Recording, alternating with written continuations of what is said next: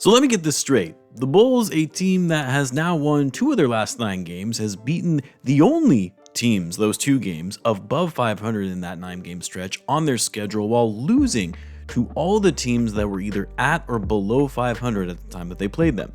This team just doesn't make sense, man. And like I said before, it really does need to be talked about more, how this team continues to play to the level of their competition, a common theme in the Billy Donovan era. But we're not going to dwell on that for now, because while I'm sure this might have been a frustrating loss for the Bulls fans who want to see this team lose every game from here on out, this was the ideal type of game that you want to see coming from some of these younger players, something I've been harping on about all season long.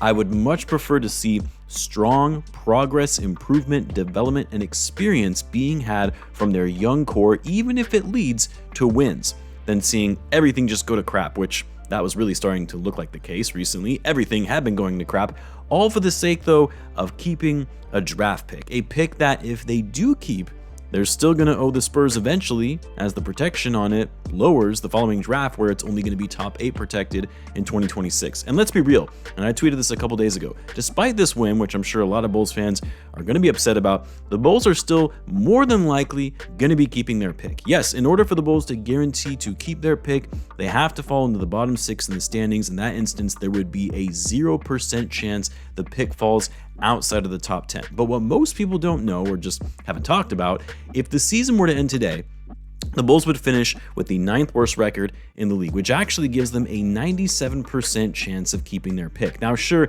there is a world where they could go ahead in the standings of, say, the San Antonio Spurs, which oddly enough is who they actually owe their pick to, and say they finish with the 10th worst record in the league, and in that instance, they would have an 80% chance of keeping their pick. Not ideal, and something the Bulls should avoid if they can, but it's very unlikely the Bulls would move any higher than that, especially if they become sellers at the deadline, because the Sixers are still trying to win, and I do think they will eventually make a push in the standings and move ahead of the Bulls. And while the Hawks suck, they're still trying to win too, and I find it very unlikely they would fall below the Bulls in the standings. But anyway, enough about that. Let's talk about this game. Like I said, leave it to the Bulls to come out and play well against one of the best teams in the NBA. This, of course, after having some bad games against the Warriors and Sixers, where they crumbled in the 4th quarter. But in tonight's game, after the Bulls looked horrendous on defense, we're talking not even trying on that end of the floor, where they looked like a bunch of amateurs playing D, missing assignments on the back door, not getting their spots in transition, losing their man off the dribble, but somehow they came out of that locker room at halftime and decided, all right, we're actually going to try and play some defense. It still wasn't great, but the effort and energy picked up.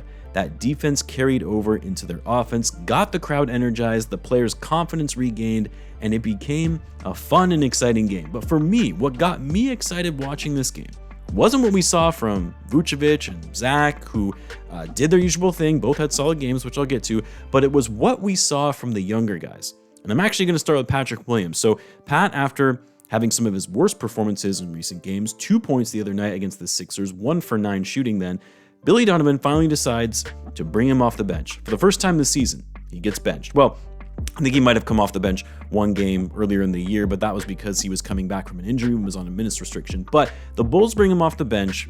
Matas Buzelis was the first to come off the bench before Pat, which I'll get to as well. Pat comes off the bench, has one of the best games that he's had in over a month.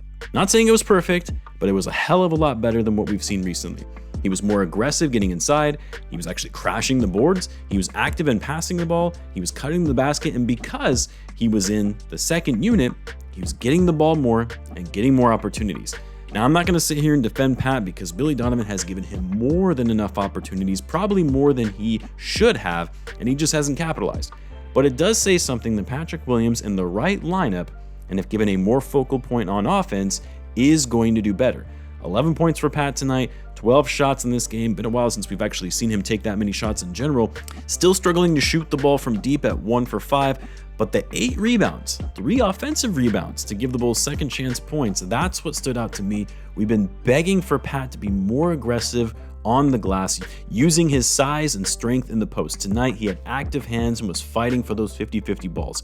A plus 16 tonight for Patrick Williams in a game that was pretty tight throughout. And he wasn't in the starting lineup, but he did close this one out for the Bulls and was actually impactful when he was out there. Now, it's one game, I need to see more of this from Pat before we declare that Patrick Williams just needs a new spot in the rotation to get the most out of him. But it was a considerably different Patrick Williams than we've seen recently. We'll see if it continues, and I imagine Billy Donovan is going to continue to have him come off the bench considering the results we saw from tonight.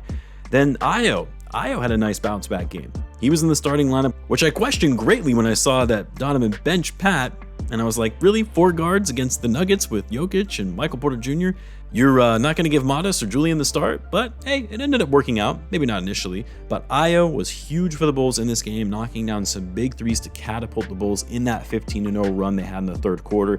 He was getting downhill, aggressive on defense, and he ultimately finished with a team-high plus 20 with 17 points on 6 for 13 shooting, 4 for 7 from 3. Josh Giddey, not saying it was a great game for him, but what I like seeing from Josh in this one was his playmaking, facilitating the offense more so than focusing on attacking the basket or shooting threes. Yes, he had 4 turnovers, and we need to see those numbers come down, but 10 assists in this game to really get the Bulls back on track and doing what they do best in moving the ball around, not staying stagnant. Part of the reason they had been playing so poorly in these recent games is 1, turnovers, a lot of turnovers, poor defense, obviously, but also the Bulls had kind of seemed to lose their identity of what they established earlier on the season, where they were known for being a fast-paced team that got down the floor quickly in transition and a team that moves the ball well and gets a lot of assists. Tonight, back to 35 assists, one of the higher totals on the season, and look what happens. Even with 17 turnovers too, which is still a problem, although the Bulls shored that up in the second half, but all of that, they moved the ball much better and it led to good things.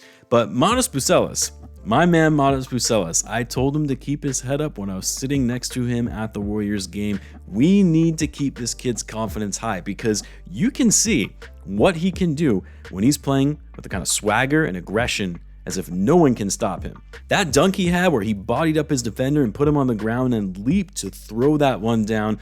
Oh man, the athleticism, the aggression, like we need more of that. He still has a lot to learn and improve on, but this is exactly the type of season to do that. And maybe Billy's been feeling the pressure a bit from fans and the media, like, dude, you got to play this kid more because he's pretty special and you got to give him more opportunities to be able to learn from his mistakes. Modest 20 minutes tonight, 9 points, an efficient 4 for 5, but also 4 rebounds and 2 assists. Give this kid more minutes, please. I am begging you. And then, man, how about Dalen Terry? Where did that come from? 13 minutes, scored 13 points, 5 for 6, hit 3 threes, 4 rebounds, 2 assists. Hey, give me some more of that. I'll take it. I'll gladly take it over Talen Horton-Tucker minutes. Jalen Smith was also solid too, by the way. He makes some great plays here and there and has been a great 5 for the Bulls off the bench this season, a consistent and reliable backup big. Oh, Lonzo Ball, 18 points. I believe that was a season high for him. He was getting into it when he knocked down that late 3 to give the Bulls an edge late in the game. 6 for 10 from Lonzo for the floor, 4 for 7 from 3. Of course, always out there defensively doing everything he can. Man, looking at the box score here, Bulls made 24 threes. I mean, live and die by the 3. That's the name of the game this season for the Bulls. 45% from 3 on 53 attempts. Just insane how much the shot profile of this team has changed from what we saw last season. The Nuggets, on the other hand, they really struggled from deep, going 6 for 27. Jokic is just insane, by the way. Man is just so good. He really is the best player in the world, and it's always fun to watch him play. His insane play wasn't enough for the Bulls, though, as they got their 20th win on the season. Bulls have another tough one ahead of them in the Boston Celtics on Wednesday. So yeah, they're probably going to win that game because we all know it's the Bulls. Anyway, let me know what you guys thought of the game. Let me know in the comments. As always, be sure to subscribe, and I'll see you in the next one.